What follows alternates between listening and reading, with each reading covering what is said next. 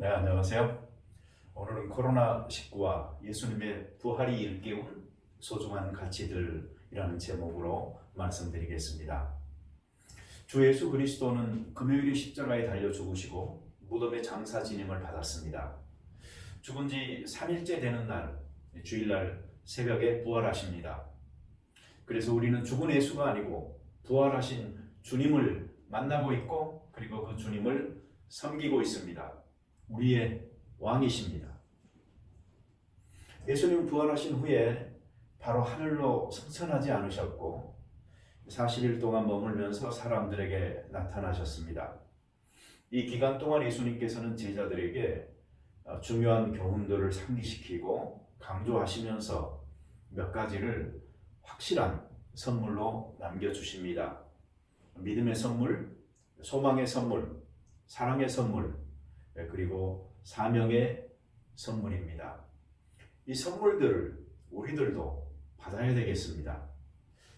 그런데 참 이상한 것이 이번에 코로나19가 세계에 가져온 이 불행이 참 크고 또한 계속 진행 중이지만 그 나름대로 우리에게 유익을 끼치는 점도 있다라고 생각합니다. 삶에서 무엇이 소중했었나 하는 사실을 하나씩 우리는 재발견하고 있습니다. 특별히 노력하지 않아도 코로나로 인해서 어려운 시간을 경험하면서요, 인간의 삶에 무엇이 중요한지 우리는 하나씩 깨달아가고 있습니다. 우리가 새삼 깨닫게 되는 이 소중한 가치들, 그것은 서로 신뢰하는 것, 그리고 희망을 갖는다는 것, 이웃과의 소중한 사귐, 그리고 일의 중요성입니다. 이 정말로 중요한 가치들인데 우리가 그동안 어쩌면 너무 당연하다 싶어서 잊어버리고 살지 않았나 싶습니다. 예수님께서 제자들에게 주신 선물과 상당히 유사합니다. 이걸 같이 매칭시켜 보면 이렇게 됩니다. 신뢰는 믿음이죠. 그리고 희망은 소망입니다. 교제는 사랑이고, 그리고 일은 소명인 것입니다. 이 코로나 사태 중에 만난 이 특별한 부활절에 저는 우리가 이 두 사건을 통해서 받을 수 있는 교훈들을 확실하게 선물로 받기를 원합니다. 이제 하나씩 살펴보겠습니다. 첫째는 신뢰와 믿음의 중요성입니다. 여러분, 우리 다 알죠? 사람 사이에는 신뢰가 필요합니다. 그리고 하나님과 우리 사이에는 믿음이 필요합니다. 바이러스가 워낙 전파력이 강해요. 그러니까 조심하게 됩니다. 사람을 자꾸 피하다 보니까 나중에는 사람이 바이러스처럼 느껴져요. 무서워요. 누가 저쪽에서 걸어오면 사람이 걸어오는 게 아니에요. 바이러스가 점점 더 다가오고 있어요. 누가 걸렸는지 모르니까 저 사람도 복균자다. 일단은 다 조심하자. 이렇게 계속되면 나중에 대인 기피증이 생기지 않을까요? 심하면 대인 공포증까지도 생길까 걱정됩니다. 여러분, 처음에는 아무래도 조심하는 게 좋겠지 이렇게 시작하죠. 그런데 말이 조심이지 오랫동안 반복되니까 사실은 이게 의심이더라고요. 그리고 지독한 의심이더라고요. 신뢰가 없어졌어요. 서로 못 믿는 겁니다. 너도 나도 우리도 저들도. 사람이 사람을 믿고 살아야 합니다. 누구나 안심하고 만나고 어울려서 말하고 활동해야죠. 그런데 그렇게 못하니까 너무 불편해요. 사람은 서로 믿고 살아야 합니다. 그렇죠? 그럼에도 이번 사태를 통해서 우리에게 믿음을 가질 수 있도록 해주는 신뢰할 만한 사람들이 많았습니다. 연구진은 연구실에서, 의료진은 병원에서, 생산자는 공장에서, 자원봉사자는 필요한 곳마다 뛰어다니면서 전 국민이 위기 극복을 위해 총력을 다 해오고 있습니다. 내일이다 라는 책임감을 갖고 문제 해결에 매달리는 사람들 정말 많습니다. 여러분, 질병관리본부장 정은경 씨인가요? 미국 방송과 그 인터뷰하는 거 보셨습니까? 잠은 어떻게 주무십니까? 하루에 1시간 이상은 잡니다. 여러분, 이런 분들은 단순하게 공무원으로 질병의 확산을 예방하고 치료하는 일만 하고 있는 것이 아닙니다. 이 국민들에게 이런 어려운 때에 우리가 신뢰할 수 있는 사람이 있구나라는 그런 안도감을 주는 거예요. 다 힘들지만 믿고 의지할 수 있는 사람이 있다라는 이 생각을 갖는 사람이 많아지면서 이 나라 전체가 안정되어져 가는 겁니다. 여러분, 한국이 이 코로나 극복에서 이 모범적인 국가로 부각됐어요. 하루 신규 발생자가 40명 이하, 30명 이하로 떨어지고 있어요. 이런 배후에는 전문가를 믿고 아낌없이 지원하는 정부가 있고, 또 정부를 믿고 지침을 따르는 성숙한 국민이 있으니까 이게 가능한 일입니다. 생필품 사재기도 거의 없는 이유가 서로 신뢰하는 믿음이 자리 잡고 있기 때문입니다. 이렇게 최선을 다하는 사람, 희생하는 사람들이 있으니까 이제 꼭 괜찮아지겠지, 이도 또한 지나가겠지라고.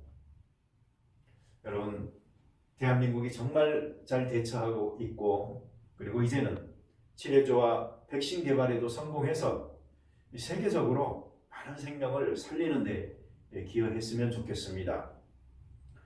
여러분, 사람들 사이에는 신뢰가 필요합니다. 마찬가지로 2000여 년 전 제자 공동체에도 이 믿음이 필요했습니다. 예수님께서 부활하셨어요. 네, 그러면 제자들이 반겨야지요. 네, 예수님 정말 잘 오셨어요. 우리가 이럴 줄 알았지요. 이렇게 말해야지요. 그게 정상 아니겠어요? 그런데 이상하게도 제자들은 믿지 않았어요. 예수님의 제자들이 예수님의 부활을 심지어는 기대하지도 않았다. 여러분, 이거 심각하지 않습니까? 이미 부활해서 지금 자기들 앞에 예수님께서 서 계신데, 말씀하고 계시는데, 생선을 함께 드시는데도 믿지 않아요.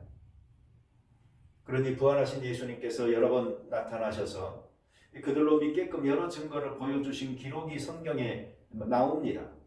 그 대표적인 예가 의심하는 사나이 도마 이야기입니다. 그는 얼마나 이성적인 사람입니까? 내가 직접 만져보지 않고서는 나는 믿을 수 없다. 그에게 예수님이 나타나셔서 만져보라. 그 후에 그에게서 나의 주 하나님이라는 고백이 터져 나옵니다. 여러분, 그들이 부활을 계획하고 이 다음에는 어떻게 될 거라고 예상하면서 짜인 각본처럼 일사불란하게 움직이지 않았습니다. 예수님께서 십자가에 못 박혀 죽음을 맞자 이 믿음의 작은 공동체가 얼마나 초조, 불안, 무서워했는지 실망, 의심, 분열하는 모습이 성경에 그대로 담겨 있습니다. 이런 과거를 기록한 많은 역사책에는 왜곡이 있어요. 거짓입니다. 죄는 감추고 그릇된 동기는 숨기고, 그러면서 지도자들의 작은 선행이나 공로는 크게 부풀려서 좋은 면만을 강조합니다. 그러나 성경을 보세요. 얼마나 진실된 있는 그대로의 인간적인 면모를 드러내고 있습니까? 모세의 분노하는 모습, 다윗왕의 간음, 사울왕의 불순종, 베드로의 예수님 부인하는 모습도 감추지 않고 사실 그대로 다 드러내고 있어요. 성경에 솔직한 이런 기록이 훨씬 더 믿음이 갑니다. 완벽하지 않은 사람의 모습을 보여주는 성경 그 자체가 사실대로 기록된 하나님의 말씀임을 증거하고 있습니다. 저는 이렇게 정직한 성경을 믿습니다. 순전한 하나님의 말씀이요 진리입니다. 여러분, 제자들을 봐보세요. 예수님께서는 그들에게 직접적으로 또 간접적으로 내가 다시 살아날 것이라 하는 말씀을 여러 번 하셨습니다. 그렇지만 그들은 예수님의 말씀을 믿지 않았어요. 나중에는 기억하지도 못했어요. 불신앙이 그들을 꽉 채우고 있었다, 이렇게 말할 수 있을까요? 저는 그렇게 말하기보다는 아직도 정말 예수님께서 어떤 분인지를 몰랐다, 이렇게 생각합니다. 훌륭한 분인데, 대단한데, 무엇이라도 하실 것 같은데 이러면서 떠났지. 주는 그리스도시요 살아계신 하나님의 아들이니시다 라고 말한 베드로의 신앙 고백 같은 수준에 그들은 이르지 못했죠. 심지어 베드로조차도 그 의미를 몰랐어요. 십자가 지리라 하는 사실을 말씀하시자 베드로는 그것을 말렸잖아요. 그러니 예수님께서는 사탄아 내 뒤로 물러가라라고 베드로에게 말을 했어요. 여러분, 나사로를 살리기 위해서 예수님께서 가셨죠. 근데 가셔서 그 기적을 행하시기 전에 그들에게 하신 말씀이 있어요. 요한복음 11장 25절에 예수께서 가라사대 나는 부활이요 생명이니 나를 믿는 자는 죽어도 살겠고 26절 무릇 살아서 나를 믿는 자는 영원히 죽지 아니하리라. 이것을 너가 믿느냐? 그때 사람들은 말합니다. 가로되 주여 그러하이다. 주는 그리스도시요 세상에 오시는 하나님의 아들이신 줄 내가 믿나이다. 믿음은 이렇게 거창하게 고백하고 있지만 상상을 초월하는 상식적으로 도저히 불가능한 일들 앞에서는 우리들이나 그때 그분들이나 마찬가지로 아마 믿기가 어려웠던 것 같습니다. 그러던 그들이 점차로 그러나 생각보다는 너무나 급작스럽게 변화됩니다. 그들의 가려졌던 눈이 떠지고 마음이 열리고 영광의 주님을 뵙게 되자 믿음이 생깁니다. 의심과 불신이 변하여 확신으로 굳어집니다. 예수가 주님이시다라는 이 강력한 초대교회의 선포는 이들이 부활한 주님을 만난 그 강력한 확신에서 비롯되어진 것입니다. 아직도 영안의 눈을 못 뜨신 분들이 오늘 떠지는 역사가 있기를 바랍니다. 무덤의 돌문이 열렸던 것처럼 우리들을 가로막고 있는 무거운 이 불신의 의심의 돌문들이 활짝 열리고 영광의 주님과 함께 믿음의 파도를 타고 믿음의 여행을 시작하실 수 있게 되기를 바랍니다. 부활절 아침에 주님께서는 확신을 주십니다. 이 부활의 메시지를 받는 사람들은 삶이 변화됩니다.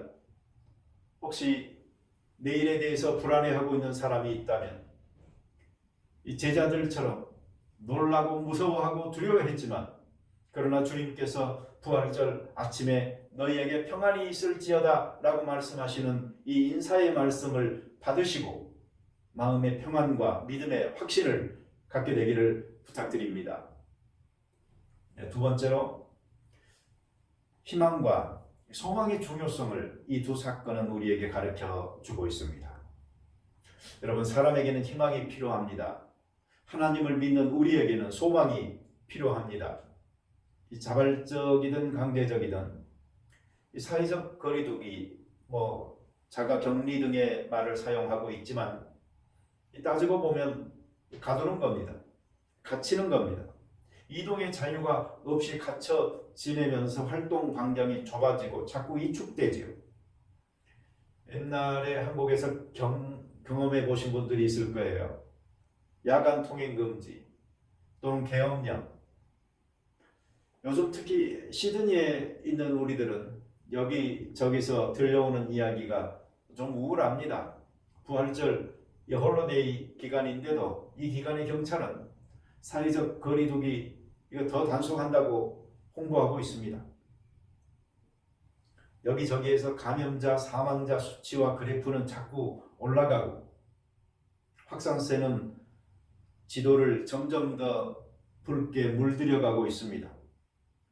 어찌 보면 마치 이 죽음의 그림자가 덮어오고 있는 것 같아요. 마음도 답답하고 몸도 답답합니다. 이렇게 언제까지 우리가 지낼 수 있을까? 도저히 길게는 살 수 없을 것 같습니다. 여러분, 사람에게는 그래도 참을 수 있는 이유는 이제 곧 괜찮아질 거다라는 희망이 있기 때문입니다. 만약에 이것이 개선되어지지 아니하고 점점 더 나빠질 것이고 결국은 절망으로 끝날 것이다 생각한다면 사람들은 이 기간을 견뎌내기가 정말 어려운 것입니다. 오늘이 아닌 내일을 봤을 때 어둠이 아닌 밝음을 볼 수 있고 슬픔이 아닌 기쁨을 볼 수 있고 절망이 아닌 희망을 볼 수 있어야 오늘이 의미를 갖는 것이고 보람을 찾아 인간답게 사는 삶을 지속할 수 있는 것입니다. 사람에게 희망이 필요합니다. 2000년 전 제자 공동체에도 마찬가지로 믿음이 필요했습니다. 그리고 소망이 그들에게는 필요했던 것입니다. 유대 땅의 제자들에게 스승의 고난과 죽음, 그 허망함, 그리고 방황의 저녁이 찾아왔습니다. 그들은 두려워했고 침묵의 날을 보냈습니다. 우리는 삶을 살면서 이런 경우를 당합니다. 슬픈 일이 그리고 슬픈 감정이 우리를 감쌉니다. 굳이 우리를 슬프게 하는 것들이라는 말을 사용하지 않더라도 인생 자체가 슬픔을 많이 포함하고 있습니다. 그런데 주일 새벽이 되자 예수님께서 부활하십니다. 이 부활 자체에 대한 기록은 없습니다. 무덤 안에서 되어진 그 신비한 일을 어떤 누구도 보지 못했습니다. 하나님께서 일으키신 것입니다. 부활한 예수님을 만난 제자들, 누가복음 24장을 보세요. 처음에는 그들을 못 믿었지만 믿게 되자 그들의 기쁨이 얼마나 컸었는지 41절에 보면 너무 기쁨으로 오히려 믿지 못하고 52절에 큰 기쁨으로 53절에 늘 성전에 있어 하나님을 찬송하니라 라고 이야기하고 있습니다. 부활은 우리에게 이렇게 큰 기쁨, 희망을 가져다 주는 것입니다. 여러분, 이스라엘 백성이 그 포로기를 지내면서 얼마나 힘들었겠습니까? 그들에게 만약 소망이 없었다면 어떻게 그들이 견뎌낼 수 있었겠습니까? 시편 126편 5절의 말씀처럼 눈물을 흘리며 씨를 뿌리는 자는 기쁨으로 거두리로라. 바로 이 말씀처럼 그들은 희망을 가졌던 것입니다. 여러분, 천둥 번개가 아무리 치고 폭풍우가 일어난다고 할지라도 구름 저 건너편에 여전히 태양은 빛나고 있습니다. 칠흑 같은 어둠 속에서라도 우리는 기도할 수 있고 아무리 자욱한 안개가 깔린 날도 한치 발 밑을 보면서 걸어갈 수 있는 것입니다. 선열들이 반드시 광복이 올 것이라는 희망 속에 서로를 격려하며 고난을 이겨냈듯 오늘 우리는 연대와 협력으로 코로나19의 비상하고 엄중한 상황을 헤쳐나가고 있습니다. 이 말은 이번에 임정 101주년 기념식에서 문 대통령께서 하신 말씀입니다.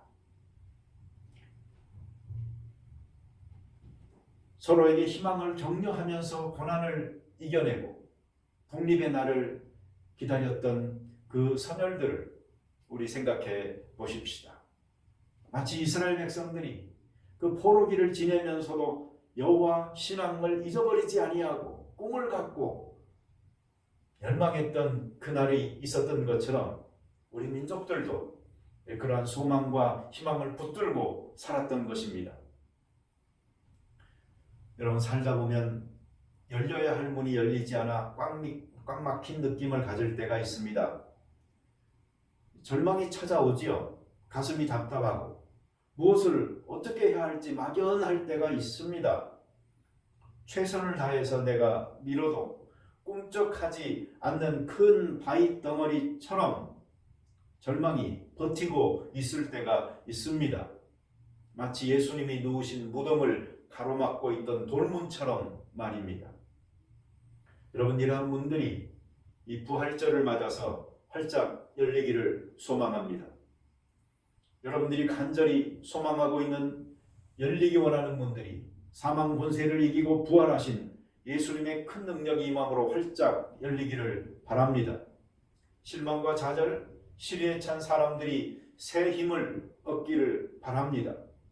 풍랑이 잠잠해지고 산들이 변하여 평지가 되고 메마른 땅이 변하여 물된 동산같이 푸른 초장이 되기를 바랍니다. 건강의 문, 결혼의 문, 학업의 문, 영주의 문, 취업의 문, 재물의 문, 행복의 문, 안정의 문들이 열리기를 바라고 화해의 문들이 열리기를 바랍니다. 최대의 치욕인 십자가 형벌을 당한 예수님, 그리고 산산조각난 젊은이들의 꿈이 있었던 그 예루살렘은 이제 더 이상 실패의 장소가 아니고 이들이 승리를 선포하는 장소가 되어집니다. 여러분, 많은 종교가 있습니다. 그러나 부활은 기독교만이 가지고 있는 소망의 메시지입니다. 예수님이 부활했습니다. 죽음에서 생명으로 옮겼습니다. 무덤을 가로막고 있던 돌문이 옮겨졌습니다. 모든 인간은 사망을 직면하고 있습니다. 아니, 사망 한가운데에 있습니다. 영적으로 죽어있는 사람들도 예수님을 만나야 합니다.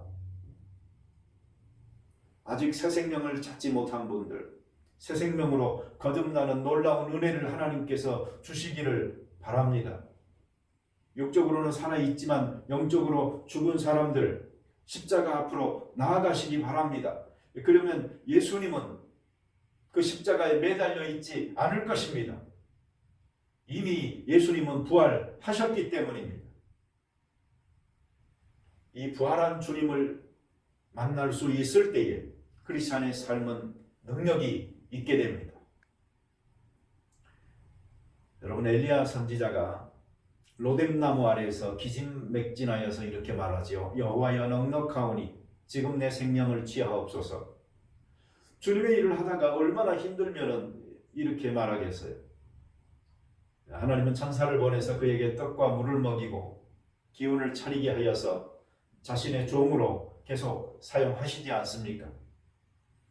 실망 가운데 있는 사람들, 또 지쳐있는 사람들, 하나님께서 모두 다 다시 살리셔서 사용하시는 귀한 축복의 부활절이 되기를 부탁드립니다.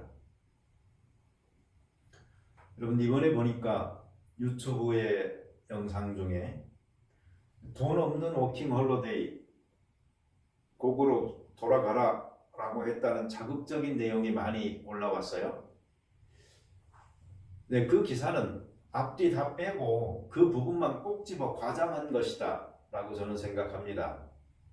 이 사회적 거리두기를 시행하고 있는 호주에서 워킹 홀리데이들이 한 방에 여러 명이 모여서 살고 또 그들이 많은 그 본다이 근처에서 감염이 많이 발생하니까 그런 말 하지 않겠어요?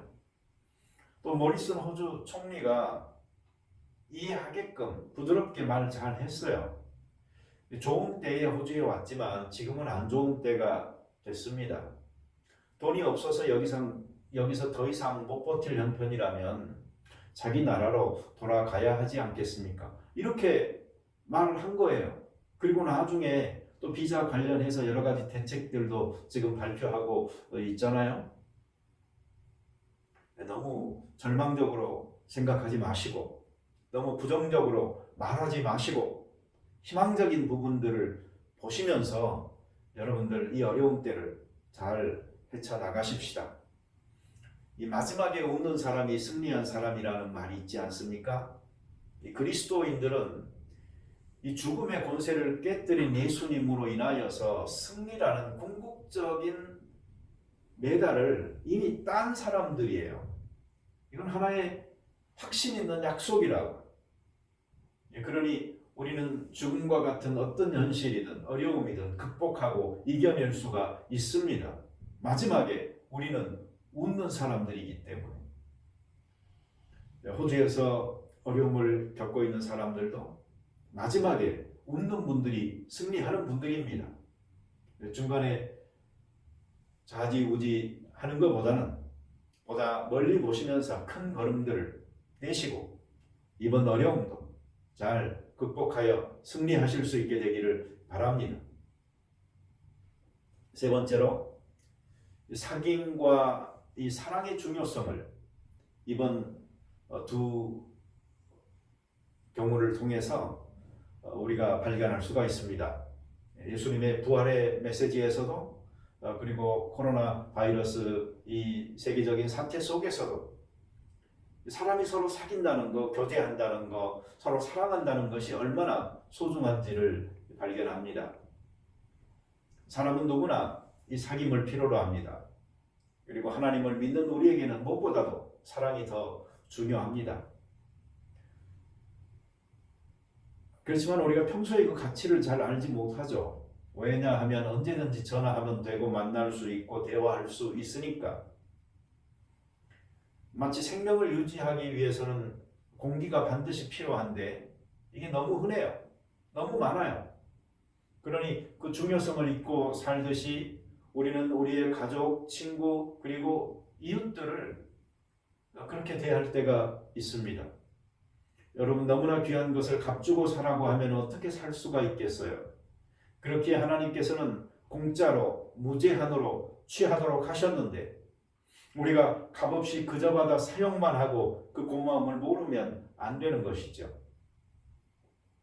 소중한 사람들을 다시 발견하실 수 있는 귀한 계기가 되어졌으면 합니다. 이번 코로나 사태 때문에 세계적으로 폐쇄, 통제, 격리 등 서로 떨어져서 살기 운동이 지금 시작됐잖아요. 이 캠페인 대단한 캠페인입니다. 여러분 호주는 거의 반강제적이에요. 사람들은 말했어요. 아기가 많이 태어나겠다. 왜? 부부가 맨날 집에만 있으니까. 또 어떤 사람은 이렇게 말했어요. 부부싸움 많아지겠다. 코로나 사태 끝나면 이혼하는 사람들 많겠네. 왜? 너무 질려서. 그렇죠? 다 가능한 이야기입니다. 얼마 전에 스트라 사무실에 있는데 옆 유닛에서 싸우는 소리가 나더니 와장창 하고 굉장히 큰 유리가 깨지는 소리가 나요. 아마 유리문이었겠죠. 사람들이 다 나와가지고 베란다에서 어딘가 하고 막 찾더라고요. 여러분 다음날 고치는 소리가 나더라고요. 여러분 고칠 때 고치더라도 일단 깨는 분들이 있습니다.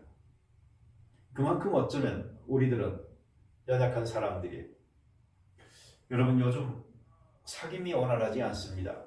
사람이 만나서 말도 하고 말을 해야 형편도 알고 할 텐데 이 사회적 거리두기로 인해서 두 사람 넘는 사람은 만나지 못하게 하니까 참 힘듭니다.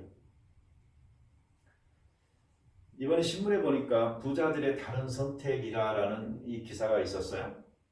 기사에 보니까 어떤 부자는 이 어려운 때에 거금을 기부하고 또 어떤 부자는 섬으로 도망갔다. 뭐 이런 내용이었어요. 아마 기부하고 떠났으면 별로 욕 안 먹었을지 몰라요. 기부 안 하고 아마 도망간 것 같아요. 그래서 도마에 오릅니다. 여기서 부자는 여러분 보통 부자가 아니죠. 거부라고 하죠. 왜 거부일까요? 그들 스스로가 보통 시민이기를 거부한 사람들이 많고요.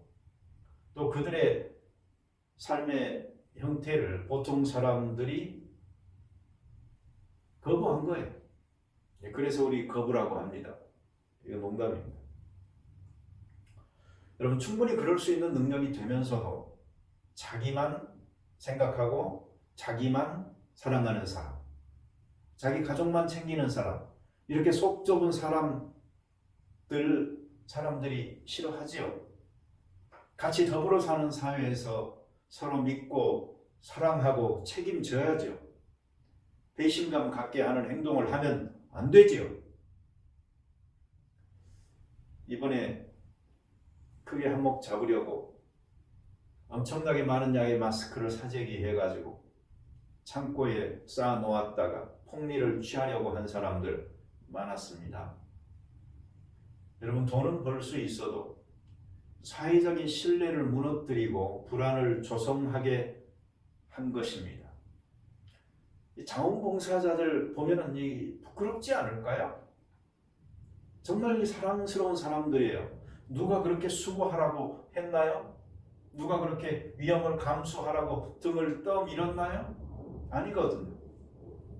거창하게 아마 나라에 대한 충성 이런 것도 아니었을 겁니다.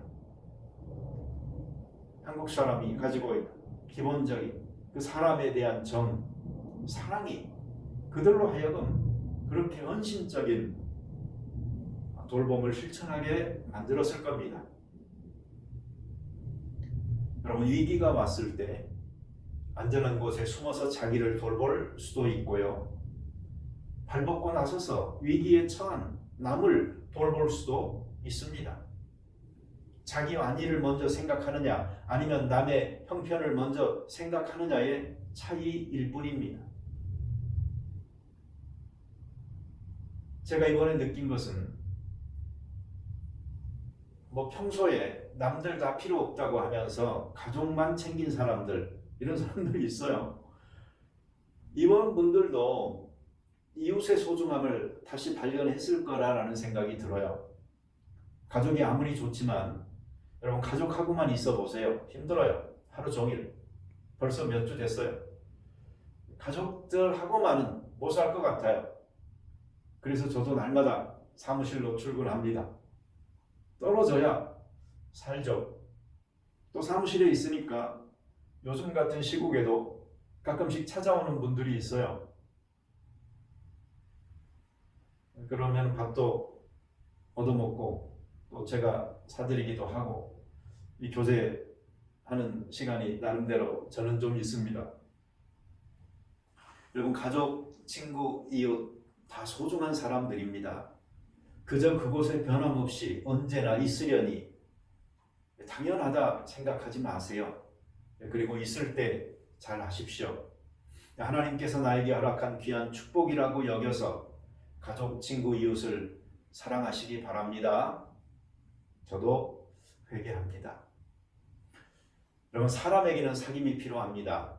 2000여 년 전 그 제자 공동체에도 마찬가지로 이 사랑이 필요했던 것입니다. 평소에 사랑을 강조하셨던 예수님께서는 자기가 제자들에게 집중적으로 교훈하신 내용들을 곳곳에서 찾아보게 되면은요, 하나 되는 것, 서로 사랑하는 것, 서로 겸손히 행하는 것, 서로 섬기는 것. 네, 이런 가치들은 이 작은 공동체가, 건강한 공동체가 되기 위해서 반드시 필요한 내용들이었어요. 가정도 교회도 사회도 잘 꾸려져서 구성원들이 모두 행복하려면 이렇게 공동체를 공동체답게 만들 수 있는 요인들이 그 안에 반드시 있어야 합니다. 베드로에게 예수님이 묻습니다. 너가 나를 사랑하느냐? 이 질문, 이거 죽이는 말이죠. 요즘 자주 쓰이는 말로 촌철살인이라고 들어보셨죠? 이 손가락 한마디 길이의 쇠붙이로 사람을 죽인다라는 뜻인데, 아주 핵심을 꼭 집어서 일침을 가하는 경우를 말합니다. 예수님께서 잡히셔서 끌려다니며 신문 받으실 때에 베드로는 자기가 살겠다고, 나는 모른다고 부인하고 저주까지 했었습니다. 그 전에는 다른 제자들 전부 다 예수님을 버리고 떠날지라도 나는 안 그러겠다고 말하는 사람이 바로 이 베드로예요. 그러니 부활하신 주님 앞에서 지금 체면이 어떻겠어요? 입이 10개라도 할 말이 없죠. 마치 약점 잡은 사람처럼 예수님께서 야, 너 잘 만났다. 어떻게 너가 감히 나를, 이렇게 말씀하지 않았어요. 예수님께서는 그보다 고수였죠. 너가 나를 사랑하느냐, 이렇게 물으셨고, 이만큼 양심에 찔리는 말이 어디에 있겠습니까? 베드로를 회복시키고자 원하시는, 사랑의 관계로 초청하시는 예수님이십니다. 베드로가 말하죠. 나는 내가 주를 사랑하는 줄 주께서 아시나이다. 내가 주를 사랑하는 줄 주께서 아시나이다. 계속되어지는 질문 앞에 이렇게 답하다가 세 번째, 너가 나를 사랑하느냐 묻자.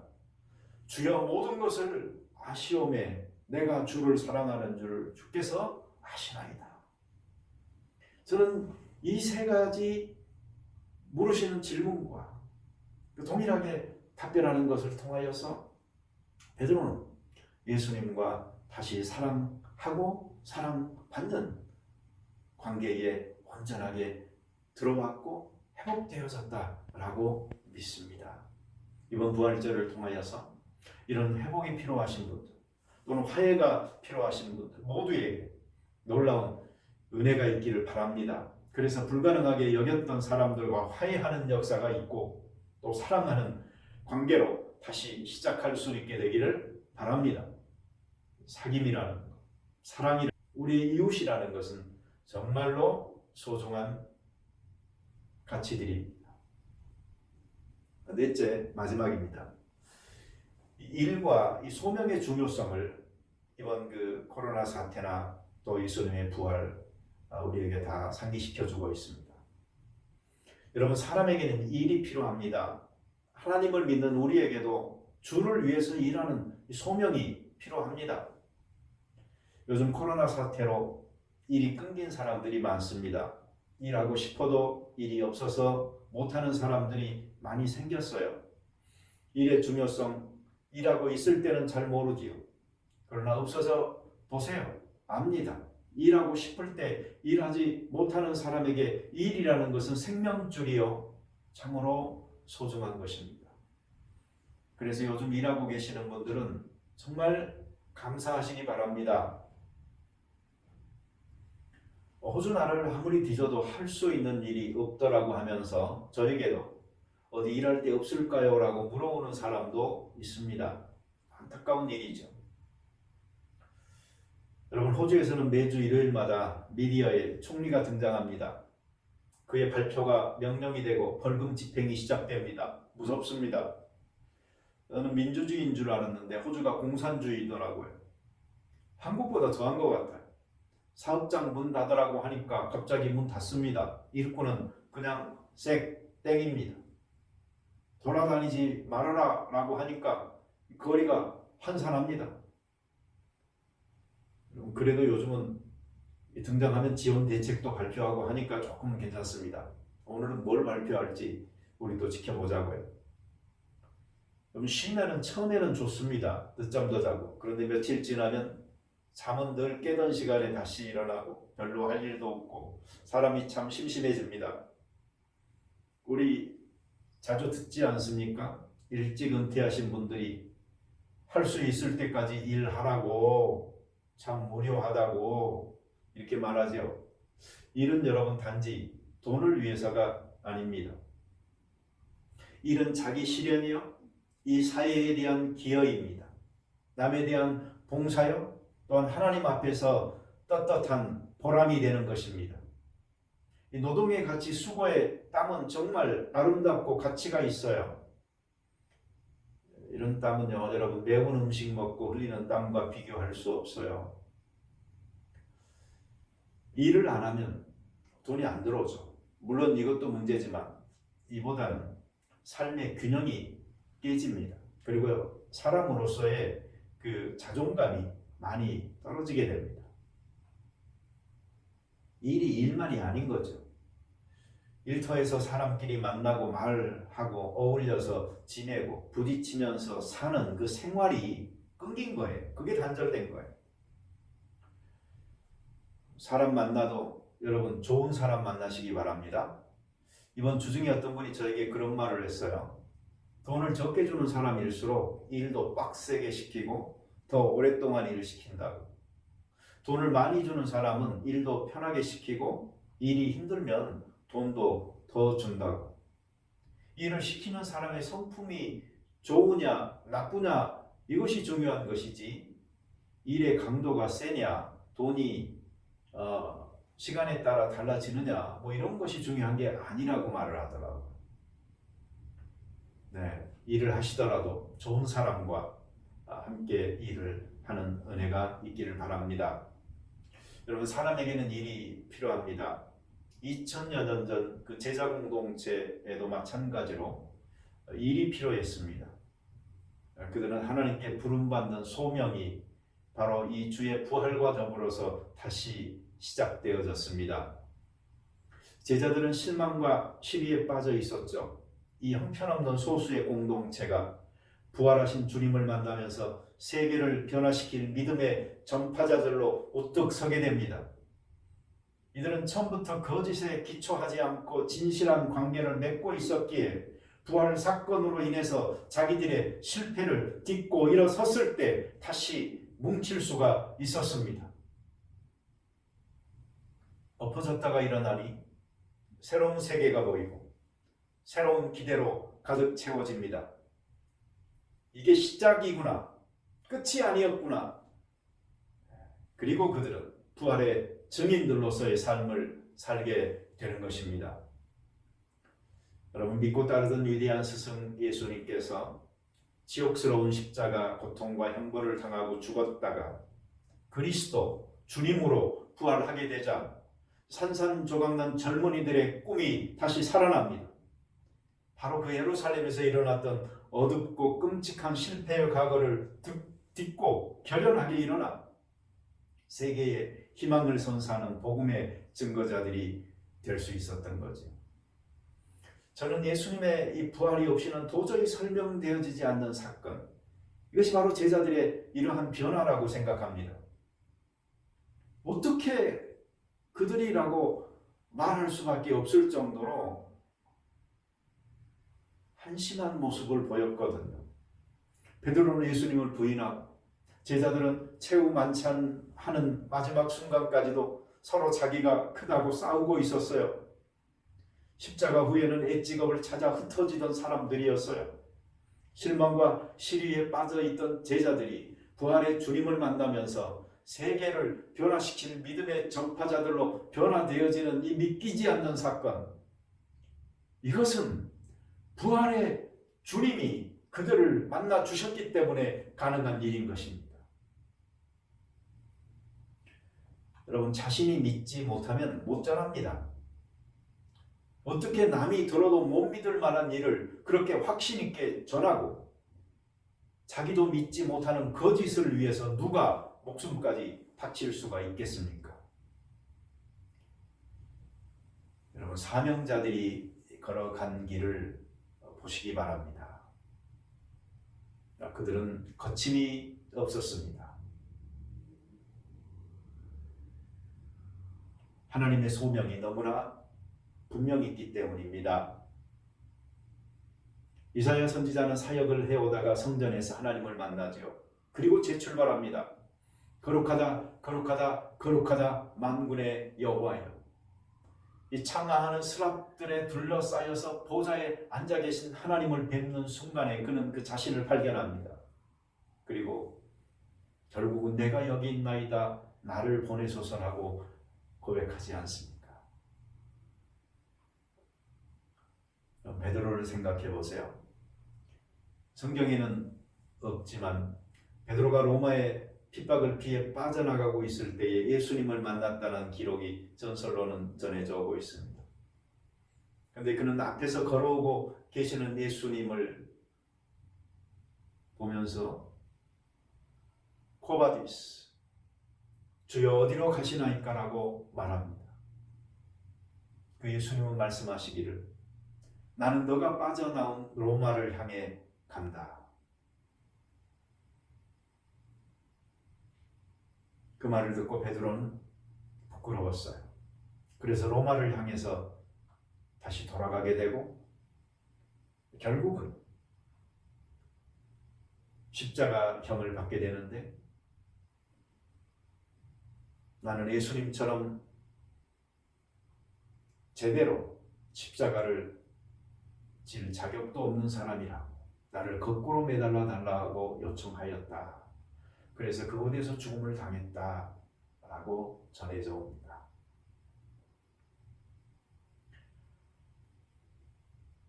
이라는 사람에게 이 일이 필요하듯 믿는 그리스도인들에게는 소명이 필요합니다.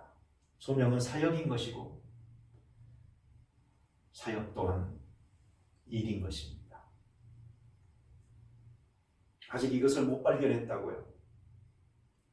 대부분의 사람들에게는 지금 여러분들이 하고 계시는 일들이 하나님께서 부르신 소명의 현장입니다. 그곳에서 의미를 발견하시고 하나님의 영광과 이 세상의 평화를 위해서 일하시기 바랍니다.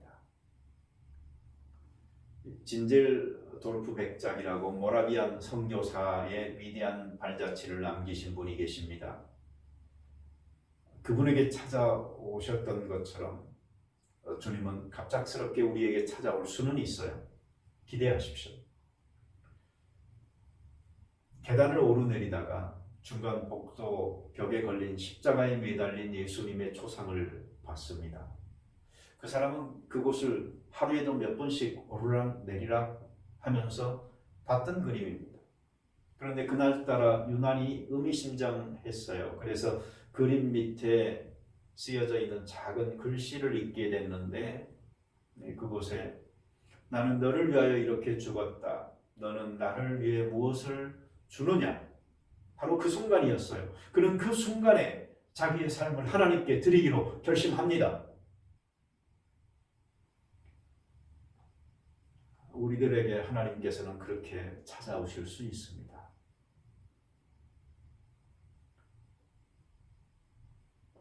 그 부르심에 응답하실 수 있는 분들, 귀한 하나님의 소명에 응하신 겁니다. 여러분, 하나님의 사람들도 일해야 합니다. 육적인 일도 정신적인 일도 영적인 일도 다 일입니다. 어느 영역, 어느 직업이든 하나님의 부르심을 받고 사명감을 가지고 열심으로 성실하게 감당하면은 그곳에서 하나님께서 축복하시고 예비하신 것들을 만나실 수 있습니다. 자, 이제 정리하겠습니다. 많은 종교가 있습니다. 여러분, 그러나 부활은 기독교만이 가지고 있는 소망의 메시지입니다. 예수님이 부활했습니다. 죽음에서 생명으로 옮겼습니다. 돌문이 옮겨졌습니다. 이 사건을 계기로 제자들은 다시 출발합니다. 부활은 모든 것을 새롭게 하는 힘이 있습니다. 우리는 때로 변화를 갈망합니다. 인생을 살다 보면 내가 변하지 않으면 안 된다라는 이 절대절명에 요청되는 때를 맞이합니다. 변하는 새로운 삶을 살고자 하는 사람들에게 중요한 계기입니다. 여러분, 변화라는 것은 도둑이나 사기꾼, 강도, 알코올, 마약 중독자들에게만 필요한 것이 아닙니다. 우리 모두는 새로운 출발을 필요로 하는 사람들입니다. 크리스찬들에게도 변화는 필요합니다. 여러분, 변화되고 싶으세요? 언제 변화되고 싶으세요? 어떤 계기를 기다리고 계십니까? 바로 지금 변화가 필요하지 않습니까? 바로 지금이 은혜의 때입니다. 바로 지금이 구원의 날입니다. 바로 오늘 부활하신 예수님께서 우리에게 그 변화와 동기에 막강한 힘을 제공하고 계십니다. 오늘이 여러분들이 갈망해오던 이런 변화가 일어나는 축복의 날 반드시 되시기를 바랍니다.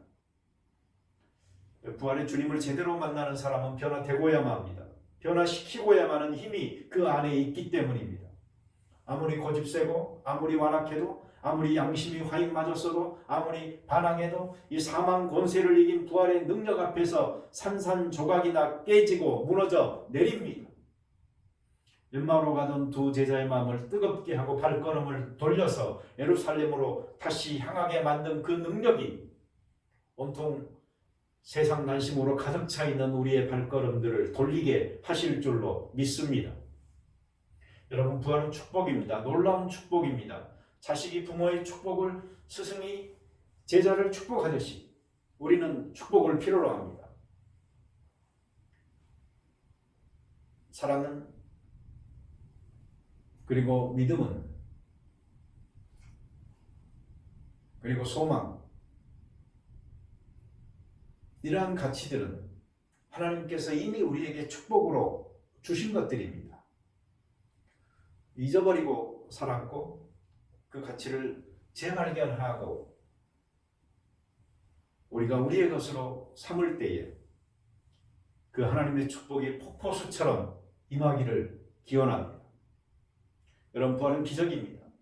인간의 이성을 뛰어넘는 하나님의 개입입니다. 우리의 삶에는 기적이 필요할 때가 있습니다. 사람의 한계 상황을 우리 맞지 않습니까? 이제는 끝이다. 우리가 손 놓았을 때에, 발 동동 구를 때에, 기도할 때에 이제 하나님이 개입하여 기적을 베푸실 차례입니다.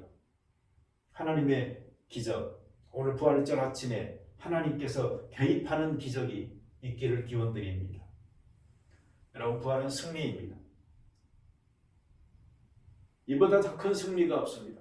이 승리는 우리를 들뜨게 만듭니다. 큰 기쁨의 좋은 소식입니다. 하나님의 승리와 기쁨이 필요한 모든 사람들, 오늘 이 부활절 아침에 부활하신 예수님께서 보라 내가 세상을 이기었노니 하시는 그 승리가 여러분들에게 충만하길 기원드립니다. 부활은 우리의 삶에서 계속되어져야 할 사건입니다. 부흥과 갱신과 소생과 재기와 7.8기 등등의 여러 가지 말들로 우리들 속에 부활의 영이 새롭게 태어나야 되는 것입니다. 오늘 부활절 아침에 이 소생하는 축복이 임하기를 바랍니다. 몸이 아픈 형제, 마음이 아픈 자매, 영이 공고한 나의 형제 자매들, 생활이 힘들고 곤비한 하나님의 가정 모두에게 이 소성케 하는 축복이 임하시기를 바랍니다. 아멘.